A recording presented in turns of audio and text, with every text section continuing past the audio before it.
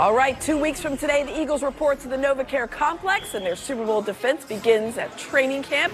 Of course, we will be there every step of the way, bringing you all the sights and the sounds.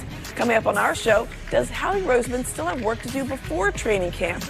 Also, we've reached our top 10 and our top 25 most important Eagles for the season, and it's a fan favorite, big time. And A.J. Brown, is he already a Hall of Famer? We'll explore that and more coming up as we welcome you here to Birds Huddle, presented proudly by Toyota, the official automotive partner of the NFL. I'm Amy Fadool alongside Barrett Brooks. 2 weeks to go to camp. 2 weeks. So, Barrett, how would you spend your last little bit of free time before you had to report? It's 2 weeks before camp, the week before the 2 weeks. So this week, you try to go out with your family, spend the last little time with your family, and then you come back from that week's vacation. Then you got to get on it. You got to run, get yourself, making sure you're in physically the best condition you've been in because you're going to camp. This is the healthiest you're going to be. You got to make sure you're ready to go. As soon as that gun goes, you got to be able to run. So I guess this is the time where you start getting the butterflies, because you got to go out there and do the conditioning test. Yeah, I was going to say you got to worry about your weight. Yeah, you worry about your weight because back when I played, it was $998 a pound. Oof. Oof. Bear was on that quick fast. Right. Slim fast, whatever it was. Yeah, you go keep his money. Let's check out our three-point stance presented by Toyota. Stance number one. Howie Roseman has more work to do before training camp starts in just those 2 weeks. Barry, you think there's a couple of positions that are a little thin? Yeah, starting off, wide receiver position. Do we have that third position? We look at Dodson. He definitely stepped out a little bit, and became a guy that we can rely on. So Jahan, I'm looking for him to do something this year and be that third receiver. Safety position, we only have like 3 or 4 guys that really have some experience. Sidney Brown, you might have to step up, man. Let's go. It's time to go because that young rookie, Andrew Makuba from Texas, he wants to play. But the position I'm really looking at is the defensive line position. That's where I really want to go. At this point, we got Jalen Carter, Jordan Davis, Mario Jomo, and at this point, Ty Robinson. Who's going to be that next guy to step up? We don't know. We don't have a lot of experience there either. Look these are all young guys. There's no real big veteran presence at the defensive line position. When I say defensive line, I mean the defensive tackle position. Whether it's a nose or a 3 technique, the big guys that anchor the center of that defense. Those guys right there are the ones I'm really thinking about. So Mario Jomo, I think he's more of a specialist type of guy. He'd be a third down guy. But then you got Jordan Davis. Although he showed some promise, had 2 sacks towards the end of the season last year, he's more of a run stopper. That's first and second down. And then after that, Ty Robinson, we're going to see what he's doing. He's a rookie. There's a lot of things we have to develop and see where they're at. Jalen Carter is probably going to play 90% of the snaps. He did that last year. And, we probably need somebody to come in, step up and be that guy to come give him a little spell, But, this is a contract year for him. He didn't probably want to come out anyways.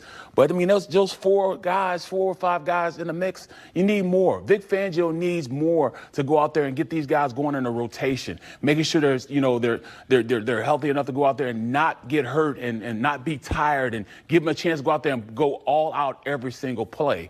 And when you look at these guys, they're not really specialized in one thing, but they got to make sure that, they can have a rotation, a healthy rotation to get them going in the right direction. As you mentioned, those guys are pretty young, so you're not sure exactly what they can do for you and for how long. I think that's the most important thing. Exactly, because, as an offensive lineman, and you got different guys rotating in front of you, those are the guys you have to go out there and you have to say, all right, this guy's just a real bull rusher. You got to sit down and bull. Then you got a guys real fast. So if more guys you have to go out there and give this offensive line different looks, the better you are to have success against that offensive line. Because if you do different things, you can't just have them just settle down on one thing.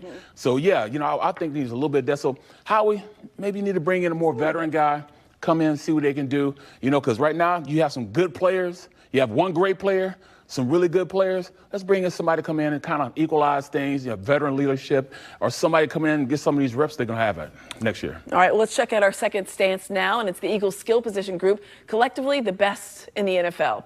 ESPN has a column about just that, the combo of Hurts, Barkley, A.J. Brown, Devontae Smith, Dallas Goedert ranked number 1. So, Barrett, this is probably not a real surprise as I just rattled off those names. It's Pro Bowlers and obviously the Super Bowl winning team. But is there another team that even comes close? It's interesting, if you look at the list, the Lions are ranked second, but in the division, is there anybody that comes close? Aside from the Lions, is there anybody in the NFC that comes close? Not even close. And not anybody in the NFC, the AFC comes close to the amount of weapons these guys have. It's not just, the weapons that, Hurts has, but how about Hurts being a weapon?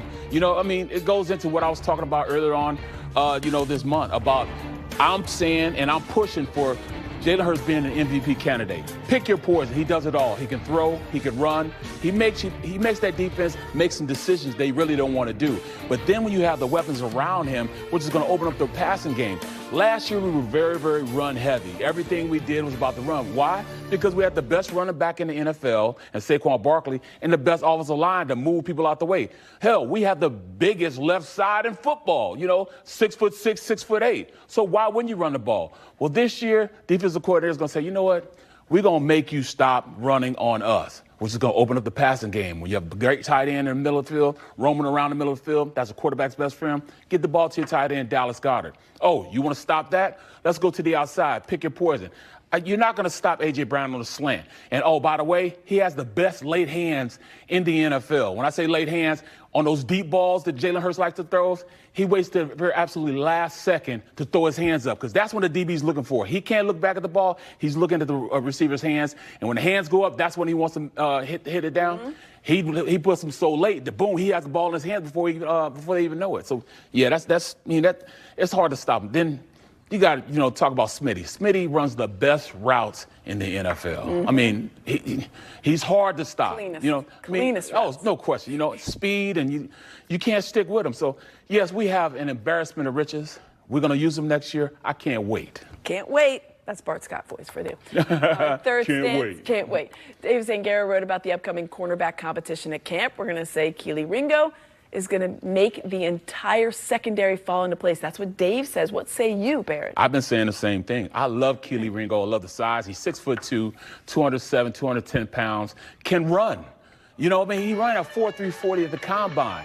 He's doing his thing. So I can see number 7, as you see he changed his number. Number 7 being an integral part of being that wide guy out there that can go out there and play. He plays very aggressive. He does everything you want from a cornerback standpoint. He just needs the reps, go out there and just play. Take it. He can't sit back. That's the thing. As a young guy, you can't sit back. Go out there and command your reps. And he's from Georgia. Why not step in there? Yep. So many Georgia Bulldogs on our defense. Why not go out there and make it happen? He's got to step up, though. It's not a question of if he can do it. I saw him do it last year and the year before. He showed me he has enough to be a good player. But he has to go and snatch it. Yes, Adoree Jackson's here. But make Adoree Jackson a guy to come in when somebody's injured.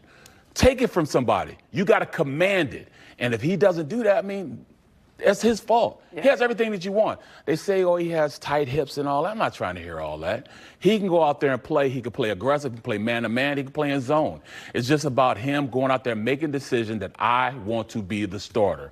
There should be no question when I go to watch camp that he's not the number one guy. He starts off with the starters and ends this season with the starters. He has everything you want from the intangibles. He can run, he's got size, he's got aggressiveness. It's just about him making that decision and going out there and balling out. Yeah, and it'll complete everybody else because you keep Cooper DeJean in the slot. Exactly. Everybody has their natural position. Exactly. What was it like when you had to change numbers? Good thing or a bad thing? It didn't matter. As long as I had a number, as long as there was a number and I had that jersey on, it didn't matter what, because at that time I was getting pissy. Yes, that's all you need.